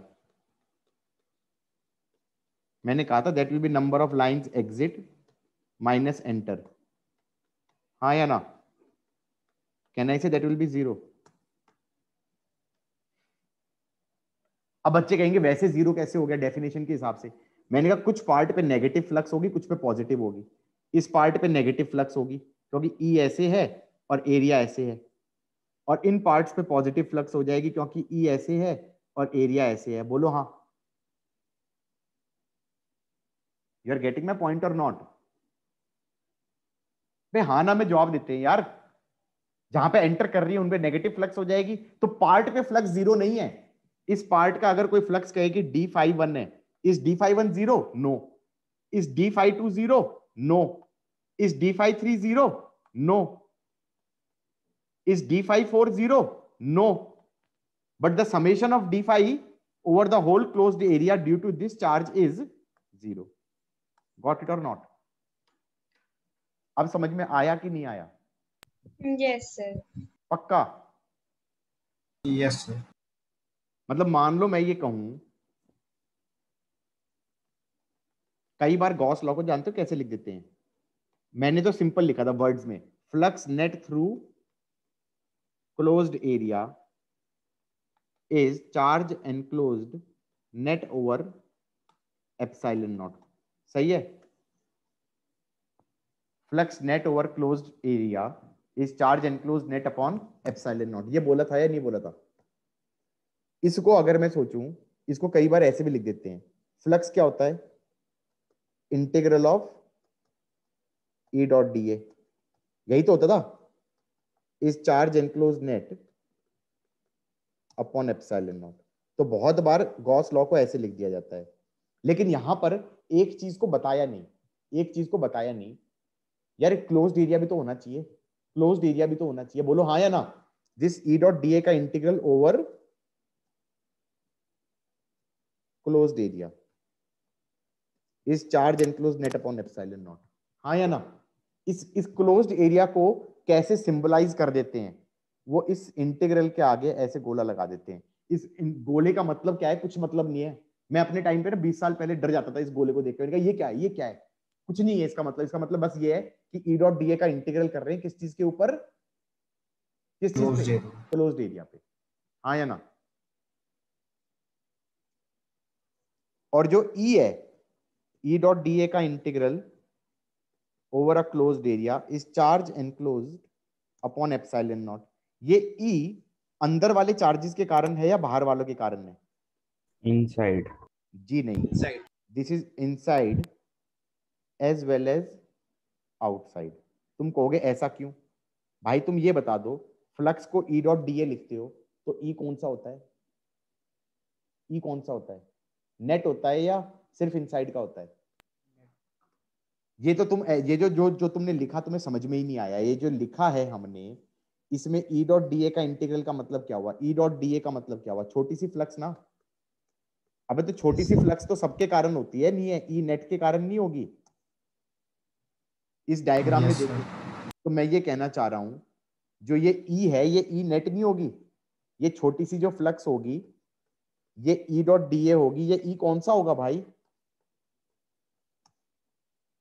ये ई Q1 वाला भी होगा, Q3 वाला भी होगा, माइनस Q2 वाला भी होगा। ये ई नेट होगा। इज दैट फाइन और नॉट? Yes sir. तुम्हारी अंडरस्टैंडिंग पे बेस्ड थ्योरेटिकल क्वेश्चन आ जाते हैं कई बार मेंस के अंदर, नीट के अंदर, सीबीएसई के अंदर। समझ में आ रही है बातें? नहीं आ रही है? लोगों को गॉस लॉ ही नहीं समझ में आ रहा। ई डॉट डी, उसमें गॉस लॉ को ऐसे लिख देगा वो, ई डॉट डी ए का integral over closed area is charge enclosed by epsilon naught. और तुम्हें लग रहा है ई कौन सा है? इनसाइड वाला, जबकि ये इनसाइड वाला नहीं है। ये ई कौन सा है? Inside as well as outside वाला। You are getting? सर ये इनसाइड से मतलब क्या है आपका? Inside the surface and outside the surface. अच्छा समझ गए। समझ गए ना? जो ई डॉट डी ए लिखा है वो क्या है? छोटे से फ्लक्स को लिखा है तुमने ई डॉट डी ए। तो छोटी सी फ्लक्स तो सबके कारण होगी ना। बार बार यही तो बता रहा हूं कि जो ये रेड वाला पार्ट है, इस रेड वाले पार्ट पे जो फ्लक्स होगी, इस एरिया पे जो फ्लक्स होगी वो तीनों के कारण होगी। इस एरिया पे फ्लक्स होगी वो तीनों के कारण होगी, इनसाइड वाले और आउटसाइड वाले। इस वाले पे एरिया पे फ्लक्स होगी वो तीनों के कारण होगी, इस वाले पे फ्लक्स होगी वो तीनों के कारण होगी। परंतु जब सबका सम करोगे तो Q1 और माइनस Q2 का कंट्रीब्यूशन तो बचेगा। Q3 का कंट्रीब्यूशन कट जाएगा पूरे एरिया पे। क्यों कट जाएगा वो मैं समझा रहा था थोड़ी देर पहले इस एग्जांपल से, इस डायग्राम से। समझ में आया कि नहीं आया? जो बाहर वाला है उसका कंट्रीब्यूशन, लेकिन अगर कोई कहे इस बाहर वाले के कारण क्या इस सरफेस पे फ्लक्स है? हाँ है। इस पार्ट पे फ्लक्स है, इस एरिया पे फ्लक्स है, इस पार्ट पे फ्लक्स है, इस पे भी है, इस पे भी है। जब पूरे पे समेशन करेंगे तो पॉजिटिव वैल्यूज और नेगेटिव वैल्यूज का सम होके 0 हो जाएगा। अब समझ में आया कि नहीं आया? Yes sir. छोटे छोटे पार्ट पे तो फ्लक्स है ना, आउटसाइड वाले के कारण भी। Yes sir. तो अगर गॉस लॉ के अंदर E डॉट डीए के इंटीग्रल करके लिखता है कोई, तो E का मतलब क्या है? E नेट है, E इनसाइड नहीं है, E आउटसाइड भी इंक्लूडेड है। अब चमका या नहीं चमका? Yes sir. E dot DA का इंटीग्रल किया क्लोज्ड एरिया, तो E नेट है is charge enclose by epsilon not. ठीक है, अब अच्छे से समझ में आया है? पक्का कुछ कुछ समझ में आया है? तुम्हें ये समझ में आ रहा है कि जैसे ये वाला क्वेश्चन मैं करा रहा था, ये वाला क्वेश्चन कराया था ना, ऐसे था, पूरे पे लैम्डा चिपकाया हुआ था, पूरे पे लैम्डा चिपकाया हुआ था। ये R है, ये L है। गॉस लॉ एक लाइन में बोलेगा, गॉस लॉ एक लाइन में बोलेगा, net flux is charge enclose. Charge enclose हो गया ये वाला लेंथ, इस पे चार्ज कितना है? Charge per unit length into length bye epsilon not. Done. यही आया था? Yes sir. नहीं, ये नहीं आया था, क्योंकि अगर गॉस लॉ ने कहा है नेट फ्लक्स, लेकिन किसी ने कहा कि इस वाली फ्लक्स के बारे में कितना होगा, 1 2 3, तो तुम्हें अलग से सोचना पड़ेगा कि 1 वाली फ्लक्स 0 है, और फ्लक्स 2 वाली 3 वाली 0 है, और ये flux basically flux 1 plus flux 2 plus flux 3 है, और फ्लक्स 1 और 3 क्योंकि 0 है, तो ये 2 वाली फ्लक्स ही हमारी lambda L by epsilon not है। ये तो अलग से सोचना पड़ा या नहीं सोचना पड़ा? तो इसीलिए मैंने कहा कि अकेले गॉस लॉ की बात नहीं है, तुम्हें ये भी पता होना चाहिए फ्लक्स कैसे निकाल रहे थे, ई डॉट डीए के समेशन से निकाल रहे थे। बोलो हाँ। यस। अकेले गॉस लॉ से नहीं निकला ना, गॉस लॉ से ये जल्दी हो गया कि lambda L by epsilon not बोल दिया, लेकिन वो नेट फ्लक्स के बारे में बोल रहा है, वो तो 1 2 3 सबका मिला के बोल रहा है। बोलो हाँ। किस किस को ये समझ में आया है? लिख लो। Yes. You write that down somewhere, जो मैंने बकवास करी है। गाइज, सो अब यूजेस ऑफ गॉस लॉ 2 होते हैं। Uses of Gauss law 2 use होते हैं।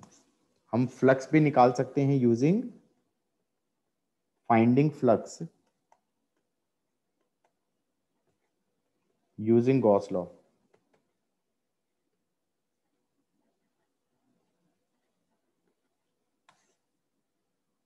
और दूसरा यूज होता है finding electric field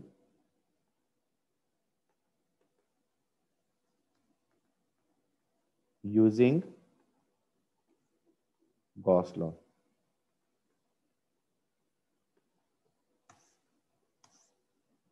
finding flux using Gauss law and finding electric field using Gauss law. कौन सा पहले कराएं?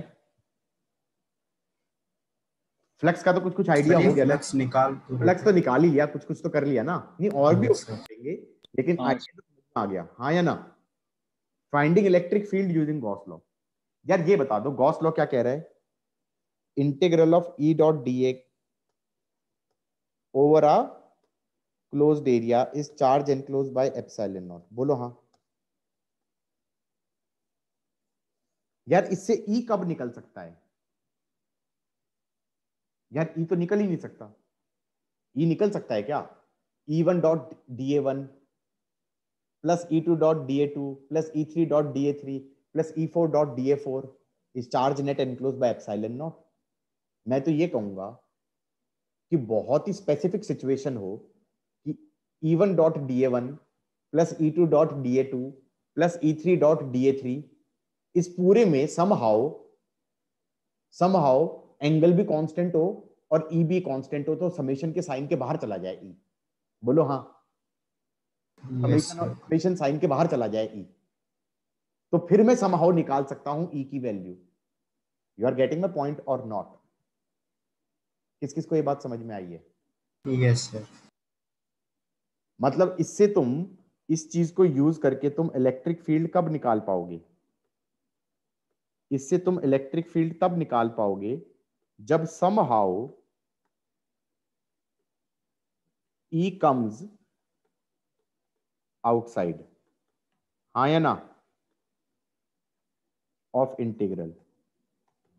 And can I say this will come outside of integral in only very specific cases when E magnitude is somehow constant. When E magnitude is somehow constant. समझ में आया या नहीं आया? Everybody? Yes sir. क्या मैं ये कह सकता हूं this will only happen in very specific symmetric situation?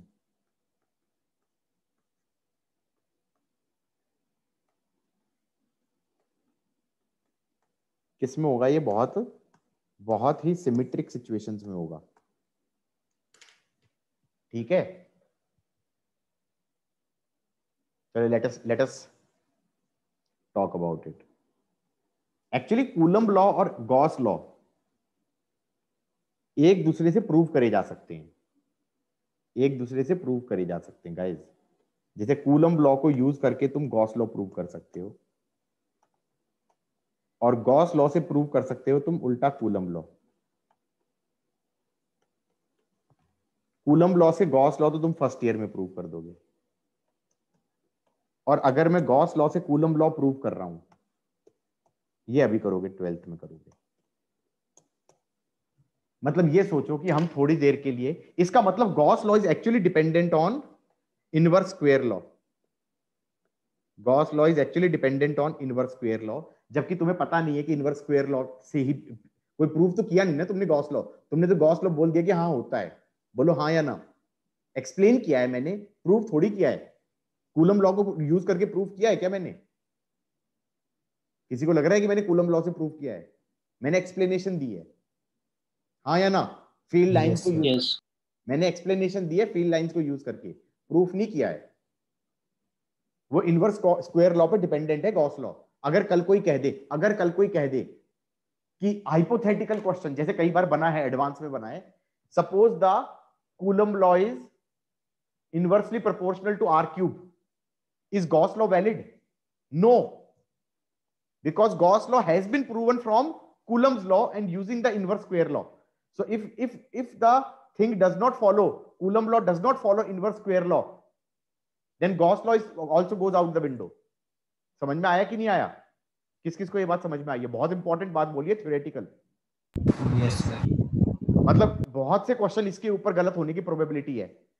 यही क्वेश्चन आ गया, flux net is lambda L by epsilon naught, और क्वेश्चन में बोल दिया उसने suppose the Coulomb law is inversely proportional to r cube. तो does this is this valid? मैं कहूंगा Gauss law is no longer valid, Gauss law fails, Gauss law is not valid if your Coulomb law is not valid. Both are equal and opposite, मतलब a implies b and b implies a। समझ में आई बात है? नहीं आई? Inverse square law को use करके Gauss law prove किया जाता है। ऐसे ही हमारा गॉस लॉ से तुम कूलम्ब लॉ भी प्रूव कर सकते हो। ठीक है, ये बात हजम हुई है नहीं हुई है ये बता दो पहले। जो मैंने बोला वो कहीं लिखा है तुमने? इंपॉर्टेंट है ये थ्योरी के हिसाब से कि भाई तुम्हें कूलम्ब लॉ और गॉस लॉ एक से दूसरा प्रूव कर सकते हैं, दूसरे से पहला प्रूव कर सकते हैं। ठीक है, मैं क्या प्रूव करना चाह रहा हूं? मैं प्रूव करना चाह रहा हूं कि पॉइंट चार्ज के कारण इलेक्ट्रिक फील्ड r डिस्टेंस पे कितनी होती है? k Q by r square. ये प्रूव करना है मुझे। तुम कहोगे ये क्यों प्रूव करना है, ये तो होता ही है। मैंने कहा this is Coulomb law, I want to prove Coulomb law from Gauss law. तो इसका मतलब मैं तो ये भूल गया ना, ये मेरे को नहीं पता, ये मुझे नहीं पता। एग्रीड और नॉट? Yes sir. ये मेरे को नहीं आता। मेरे को क्या आता है? गॉस लॉ आता है। मतलब उल्टा पढ़ रहे हैं इलेक्ट्रोस्टैटिक्स। हम कह रहे हैं कि गॉस लॉ पता है, हमें कूलम लॉ भूल गए। गाइस कैसे सोचेंगे? अब मैं बता रहा हूं कैसे सोचेंगे। लिख लिया यहां तक का? क्वेश्चन क्या है? We want to prove Coulomb law using Gauss law. Suppose करो मेरे पास पॉइंट चार्ज है, मैंने कहा आर डिस्टेंस पे मैं कह सकता हूं यहां पर कुछ इलेक्ट्रिक फील्ड होगी तो ऐसे होगी। तुम कहोगे डायरेक्शन। मैंने कहा डायरेक्शन ऐसे क्यों लूंगा मैं? अगर ऐसे थीटा पे लूंगा तो नीचे भी थीटा पे ले सकता हूं। तो सिमेट्री कहती है कि ऑब्वियसली फील्ड कैसे होनी चाहिए? रेडियल डायरेक्शन में होनी चाहिए। गाइस कैसे होनी चाहिए? रेडियल डायरेक्शन में होनी चाहिए। मैंने कहा आर डिस्टेंस पे, पॉइंट चार्ज के कारण आर डिस्टेंस, यहां पे फील्ड अगर ऐसे मान रहे हो तो आर डिस्टेंस यहां पे फील्ड ऐसे मान सकते हो। Same value by symmetry, by 3D symmetry can I say इस आर पे भी ई ऐसे ही कुछ होना चाहिए। बाहर की तरफ आर पे देखूंगा, बाहर की तरफ मतलब इधर की तरफ देखूंगा आर पे, तो ई ऐसे होना चाहिए। सेम मैग्नीट्यूड और not? By symmetry can I say all these magnitude should be same. हाँ या ना? क्योंकि जैसा पॉइंट ए है वैसा ही बी है, 3D में देखा जाए तो वैसा ही सी है वैसा ही डी है पॉइंट चार्ज के लिए। गॉट इट और नॉट? किस किस को ये समझ में आया है? पॉइंट चार्ज के लिए जैसा ये पॉइंट है आर डिस्टेंस पे, वैसा ही यार ये है, वैसा ही यार ये है। पॉइंट चार्ज को क्या फर्क पड़ रहा है? हाँ या ना? तो सब जगह ई की डायरेक्शन और मैग्नीट्यूड सेम होगा या नहीं होगा? डायरेक्शन रेडियल मान लिया सिमेट्री से। क्योंकि सिमेट्री से कैसे माना? मैंने कहा मान लो किसी एंगल पे होता तो क्या मैं ये कह सकता हूं नीचे भी एंगल पे हो सकता था? तो why at this angle, why not at this angle? हाँ या ना? तो सिमेट्री ये कहेगी कि it should be in what direction? Radial direction. Radial. अब मैंने एक क्लोज्ड एरिया बना लिया। इस क्लोज्ड एरिया पे गॉस लॉ क्या कहेगा? Integral of E dot D is charge enclosed by epsilon naught. अब मैं कह दूंगा जो लेफ्ट हैंड साइड है इसमें क्या हो जाएगा? E magnitude D A magnitude cos 0 का समेशन। ई मैग्नीट्यूड बाहर आ जाएगा किससे? सिमेट्री से। आ जाएगा नहीं आ जाएगा?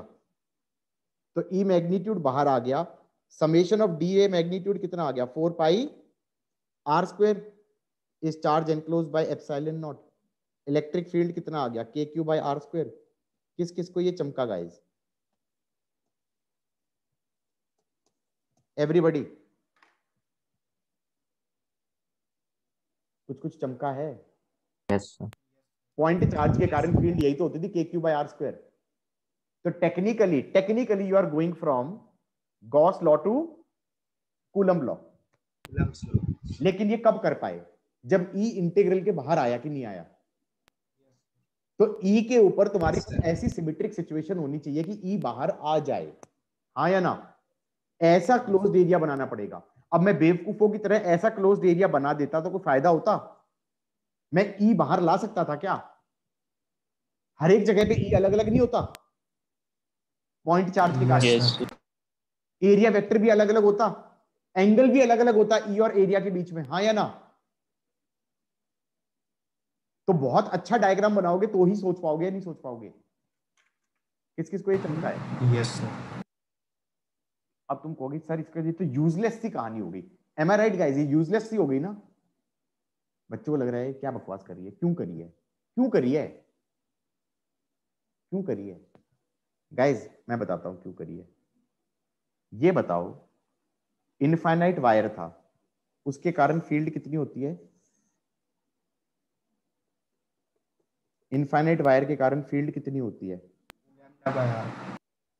इधर होती थी 2k लैम्डा बाय आर। बोलो हाँ। Yes sir. कितनी मेहनत से निकली थी ये बता दो। ये हमने निकाला था 2k lambda by R L upon root of L square plus 4R square perpendicular bisector पे, limit L tending to infinity. ये 1 हो गया था, हाँ या ना? Yes, लैम्डा बाय आर आया था। बहुत लंबा नहीं हो गया। अगर ये प्रूव करना आ जाए, ये प्रूव करना आ जाए तो तुम मर जाओगे। पहले तो तुम परपेंडिकुलर बाइसेक्टर पे निकालोगे और फिर लेंथ बहुत बड़ी कर दोगे तो 2k लैम्डा बाय आर आएगा, हाँ या ना? कितने पेज का डेरिवेशन होगा? 2 या 3 पेज का। ये बोर्ड में आता है 2 नंबर का। कितने का आता है? 2 नंबर का। और 2 नंबर का तो 2 लाइन में ही होता है। 2 नंबर का तो 2 लाइन में ही होता है। तो वो जानते हो किससे प्रूव करना होता है? कूलम लॉ से प्रूव नहीं करना होता, वो प्रूव करना होता है गॉस लॉ से। अब मैं बताता हूं इसका। अब रीजनिंग समझना। रीजनिंग ऐसे है, मान लो मेरे पास इनफाइनाइटली लॉन्ग चार्ज डिस्ट्रीब्यूशन वाला लैम्डा वाला वायर है। इनफाइनाइट होना जरूरी है। क्या मैं ये कह सकता हूं कि r डिस्टेंस पे फील्ड होगी तो ऐसे होगी? कुछ होगी, मुझे नहीं पता। सिमिट्री कहती है ऐसी होगी। बच्चे कह रहे हाउ डज सिमिट्री से? मैंने कहा जितना इधर उतना इधर, हाँ या ना? तो एंगल पे तो नहीं होगी ना। You are getting my point or not? Yes. Infinite wire होना जरूरी है, फाइनाइट में नहीं कह सकते। ठीक है कि नहीं है? Yes sir. उसके बाद मैंने कहा इस आर पे, भी ई ऐसे ही होगा, चलेगा? इस आर पे मैंने कहा इस आर पे मैग्नीट्यूड सेम होना चाहिए और ऐसे होना चाहिए, हाँ या ना? अब ये बता दो ये ई किसके कारण है? मैंने कहा ये ई नेट है। नेट बोलो, हाँ नेट है ना? Yes sir. अब मैंने यहां पर ऐसे सोचा कि चलो एक क्लोज्ड एरिया बना दो सिलेंडर जैसा। कैसा बना दो? सिलेंडर जैसा बना दिया। इसका लेंथ ले लो L और इसका रेडियस ले लो R। अब मैं कहूंगा इस R1 पे, इस पे फील्ड होगा तो ऐसे होगा E1, क्यों? सिमिट्री से। लेकिन मैंने कहा एरिया वेक्टर होगा ऐसे, तो फ्लक्स हो जाएगा 0। बोलो हाँ, cos 90 के हिसाब से। तो फ्लक्स 1 हो गया, flux 1 plus flux 2 plus flux 3 should be lambda L by epsilon not. बोलो हाँ, ये गॉस लॉ बोलता है। अलग से सोचा, फ्लक्स 1 0 है, फ्लक्स 3 0 है। फ्लक्स 2 को क्या लिख सकता हूं? फ्लक्स 2 को क्या लिख सकता हूं? फ्लक्स 2 को लिख सकता हूं this E dot DA, this E dot DA का summation, this E dot DA का समेशन, हाँ या ना? तो लेफ्ट हैंड साइड में फ्लक्स 2 को क्या लिख दिया? E magnitude DA magnitude cos 0 का समेशन का integral is lambda L by epsilon not. बेटा एक और चीज, तुम्हें लग रहा था ना E नेट नहीं होना चाहिए, मैंने कहा बेटा ये E नेट है। E नेट का मतलब क्या है कि ये फील्ड क्या सिर्फ इतने पोर्शन के कारण है, या ये फील्ड पूरे इस पोर्शन के कारण है? सर पूरे के कारण है, क्योंकि सिमिट्री तो पूरे पे लगेगी ना। तो तुम्हें ये भी समझ में आना चाहिए गॉस लॉ ई नेट की बात करता है, सिर्फ एनक्लोज्ड वाले चार्ज की नहीं बात कर रहा। दैट इज ई नेट, हाँ या ना? अब क्या कह रहे हैं? सिमिट्री से ई नेट कांस्टेंट है, सिमिट्री से ई नेट कांस्टेंट है। तो क्या मैं ये कह सकता हूं कि यहां पे समेशन लगाया और ई नेट में ये बाहर आ गया, ई नेट बाहर आ गया, अंदर डीए का मैग्नीट्यूड कितना हो गया? Curved area 2 pi RL, that is lambda L by epsilon naught. आ गया electric field lambda by 2 pi epsilon naught R। अब तुम्हें ये समझ में आया ये कब लगा पाओगे? ये कब लगा पाओगे? जब इनफाइनाइट होगा। फाइनाइट पे तो नहीं लगा सकते ना। फाइनाइट पे E डॉट DA के इंटीग्रल में से E बाहर आएगा क्या? नहीं आएगा सर। नहीं आएगा। E हर जगह अलग अलग नहीं हो जाएगा? Yes sir. अब समझ में आया कि ये दिस इज प्रूविंग। इस क्वेश्चन को क्या बोलोगे? इस क्वेश्चन को क्या बोलोगे?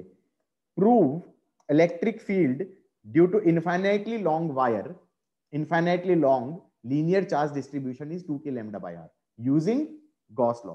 और अब ये बताओ ये कितने, ये 2 मार्क्स का हो सकता है ना अगर देखा जाए? अब समझ में आया है या नहीं आया है? Nisha? Yes sir. Parnika? Yes sir. अब हजम हुआ है?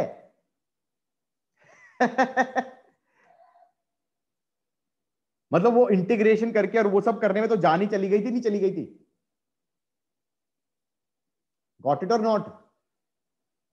अब जैसे इनफाइनाइट शीट होती है, ये तीसरा होता है, 3 बोर्ड में आते हैं, पॉइंट चार्ज, इनफाइनाइट वायर या इनफाइनाइट शीट। अब इनफाइनाइट शीट में मैंने बताया था, मैंने कैसे किया था, पूरी मेहनत से किया था, अगर याद आ रहा हो तो। कैसे किया था? मैंने रिंग के कारण एक्सिस पे निकाला, डिस्क के कारण एक्सिस पे निकाला, डिस्क का रेडियस कर दिया इनफाइनाइट, तो सिग्मा बाय 2 एप्सिलॉन नॉट आ गया था। बोलो हाँ, सिग्मा बाय 2 एप्सिलॉन नॉट आ गया था, नहीं आ गया था? Yes sir. अब ये लेंथ इंफिनिटी है, ये ब्रेड्थ इंफिनिटी है, और इस पूरे पे चार्ज है सिग्मा, इस पूरे पे चार्ज है सिग्मा, इस पूरे पे चार्ज है सिग्मा, इस पूरे पे चार्ज है सिग्मा। बेटा यहां पर क्लोज सरफेस सर्कल बनाने से काम नहीं चलेगा, बताओ क्यों? क्योंकि उसमें ई हर जगह सेम नहीं बोल सकते ना। मुझे क्या पता कि यूनिफॉर्म, इसमें यूनिफॉर्म आती है, मुझे पता थोड़ी है यूनिफॉर्म है। एरिया वेक्टर भी गड़बड़ करेगा, एरिया वेक्टर हर जगह एंगल पे जाएगा। सर क्यूब बना लेंगे फिर इसमें। हाँ, इसमें क्यूबॉइड बना दो, इसमें क्यूबॉइड बना दो, सिलेंडर बना दो, दोनों से काम चलेगा।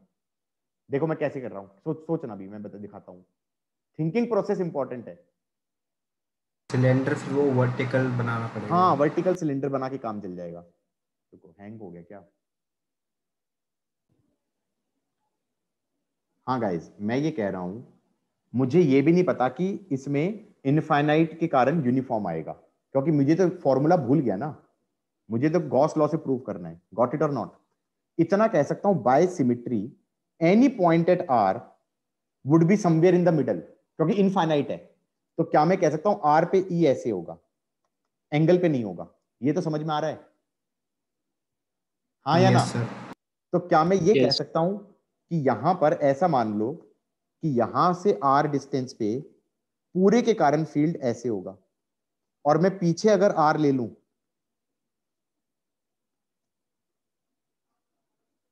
तो यहां पर भी ई ऐसे होगा। एग्रीड और नॉट? ये ई नेट है ऑब्वियसली पूरे के कारण। अब मैंने यहां पर गॉसियन सरफेस बनाया। कि गाइस किसी को डर तो नहीं लगा, मैंने पहली बार वर्ड यूज किया Gaussian surface. What is a Gaussian surface? What is a Gauss law valid हो, closed area. Hey, Gaussian surface is closed area.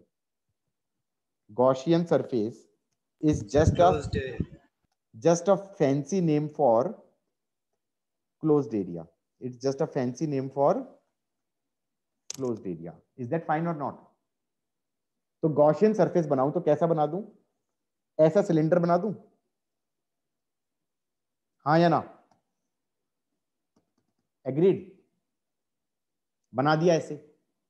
अब ये एरिया ले लो ए, तो ये एरिया वेक्टर ऐसे हो गया, ये एरिया वेक्टर ऐसे हो गया, और यहां पर कर्व्ड सरफेस पे, कर्व्ड सरफेस पे मैं कह सकता हूं कि फ्लक्स 0 हो जाएगा। क्यों? क्योंकि यहां पर ई डैश ऐसे होगा और डी एरिया डैश ऐसे होगा। ये मुझे नहीं पता कि ई नेट के बराबर है कि नहीं है। क्यों? क्योंकि मुझे क्या पता यूनिफॉर्म है, लेकिन इतना बता सकता हूं सिमिट्री से वो ऐसे ही होगा, सिमिट्री से वो ऐसे ही होगा, सिमिट्री से वो ऐसे ही होगा। बोलो हाँ, ये तो बोल सकता हूं। फ्लक्स 0 हुआ या नहीं हुआ कर्व्ड एरिया पे? E D A cos 90, E D A cos 90। तो कर्व्ड पे फ्लक्स 0 हो गया, ऊपर वाले पे हो गया प्लस ई ए, और नीचे वाले पे हो गया प्लस ई ए कॉस 0। बोलो हाँ। और ये ई क्या है? नेट है, एनक्लोज वाले चार्ज के लिए कारण नहीं है। मैंने पहले ही कहा था गॉस लॉ में ई नेट होता है वो, हाँ या ना? वो अंदर बाहर सबका है। इस चार्ज एनक्लोज, बेटा चार्ज एनक्लोज कौन से वाला चार्ज होगा? चार्ज एनक्लोज मैं कह सकता हूं ये वाला चार्ज होगा, sigma A by epsilon not. Prove हो गया या नहीं हो गया? प्रूव हो गया भाई। Electric field is sigma bye 2 epsilon not. Done. किस किस को समझ में आया है? नहीं आया? आ गया सर। अब ये प्रूफ तुम्हें बोर्ड में लिख के आना है, वो मत लिख के आ जाना। सबको हजम हुआ या नहीं हुआ? एवरीबॉडी आया है या नहीं आया है समझ में? बोल दो। यस पक्का? Are you sure? Yes sir. हजम हुई है बातें? ये क्या है? इनफाइनाइट शीट है, उसके infinite sheet of charge per unit area sigma, उसके कारण फील्ड पूछी गई है, तो कितनी आती है? Sigma A by epsilon naught. हाँ या ना? अब there are many results which are based on symmetry, which can easily be derived using Gauss law and which will be very difficult to derive using Coulomb law. कैसे? Solid sphere वाला, hollow shell वाला, infinite wire का था ना, infinite cylinder ले लो, infinite solid cylinder, infinite hollow cylinder carrying charge, ये सारे किससे डिराइव करोगे? किससे डिराइव करोगे? गॉस लॉ से करोगे। समझे कि नहीं समझे? क्योंकि ये कूलम लॉ से डिराइव करने में इंटीग्रल इतना गंदा बनेगा तुमसे हो ही नहीं पाएगा। और ये सारी सिमेट्रिक सिचुएशंस हैं। कौन कौन सी सिमेट्रिक सिचुएशंस हैं गाइस? ये अगली बार कराऊंगा मैं। ये कराऊंगा कि अगर मेरे पास हॉलो शेल है, हॉलो है, रेडियस r है और इस पे चार्ज q है, और ये कैसा है? ये रिंग है या 3D है? बेटा रिंग में हमारा सिमेट्री नहीं लगेगी, हाँ या ना? लेकिन बॉल में लग जाएगी। एरियल डेंसिटी है Q is sigma into 4πr²। इसके अंदर क्या पूछूंगा कि find electric field at x, find electric field at x। निकाल लोगे पॉइंट A और B पे using Gauss law, hollow ball. ये एक क्वेश्चन हो जाएगा। बना के कर सकते हैं ना हैं? मतलब एक और स्फीयर बना देंगे। एग्जैक्टली, गॉसियन सरफेस बनाओगे एक स्फेरिकल और उस पे गॉस लॉ लगा दोगे। Yes sir. समझे कि नहीं समझे हो? बिल्कुल सही कह रहे हो। ये मैं कराऊंगा, लेकिन मैं चाहता हूं कि पहले से सोच के आओ। ये हॉलो बॉल हो गई। ऐसे ही क्या हो जाएगी? एक और दूसरा क्वेश्चन बन जाएगा सॉलिड बॉल वाला। सॉलिड बॉल वाले में कैसा डेंसिटी होगी? रो वाली होगी। अंदर भी चार्ज है, उसमें तो सिर्फ सरफेस पे था, इसमें अंदर भी है। सॉलिड बॉल में टोटल चार्ज क्या हो जाएगा? Rho into 4/3πr³। बोलो हाँ। इसमें भी ए पे निकालोगे, बी पे निकालोगे। एग्रीड और नॉट? ऐसे ही हमारा, और ये मेंस में इसके रिजल्ट याद भी होने चाहिए। समझ में आ रहा है? ऐसे ही हमारा मान लो इनफाइनाइटली लॉन्ग सिलेंडर है, इनफाइनाइटली लॉन्ग सिलेंडर है। कैसा सिलेंडर? दो तरह का हो सकता है। रेडियस r का हॉलो वाला, हॉलो वाला होगा तो उसके सरफेस पे चार्ज है। बोलो हाँ। ऐसे सरफेस पे होगा, फील आ रही है? कर्व्ड सरफेस पे। इस पे चार्ज डेंसिटी कौन सी होगी? सिग्मा। यहां पर फील्ड निकालेंगे इस डिस्टेंस x पे और इस डिस्टेंस x पे। किस किस को ये चमक रहा है? किससे निकालेंगे? अगेन गॉस लॉ से। ऐसे ही अगर सिग्मा की जगह मैं कह दूं कि नहीं नहीं नहीं, ये सॉलिड है, मान लो ये सॉलिड है, तो उस केस में क्या हो जाएगा? रो।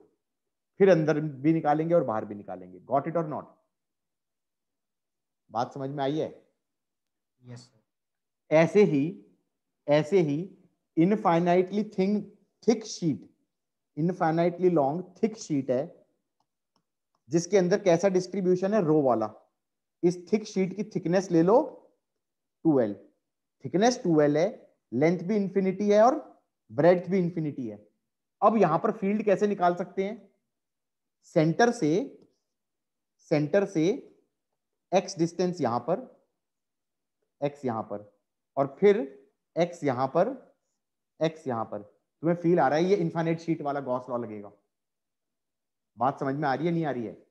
एक x लेस देन L वाला होगा, एक x ग्रेटर देन L वाला होगा। जैसे कि इसमें एक x लेस देन R वाला होगा, एक x ग्रेटर देन R वाला होगा। फिर ऐसे ही इसमें एक x लेस देन R वाला होगा, एक x ग्रेटर देन R वाला होगा। कितने क्वेश्चन? 2 क्वेश्चन तो यहां पर हैं सॉलिड और हॉलो के, 2 क्वेश्चन यहां पर हैं सॉलिड और हॉलो के, और एक क्वेश्चन यहां पर है सॉलिड का। बोलो हाँ। किस किस को चमक गया है? और ये सारे रिजल्ट याद नहीं है, मेरे को भी याद नहीं है, ये सारे रिजल्ट मेरे को याद नहीं है, लेकिन हम इनको 1-2 मिनट में निकाल लेंगे, हाँ या ना? किस किस को कॉन्फिडेंस आया है गाइस? Yes sir.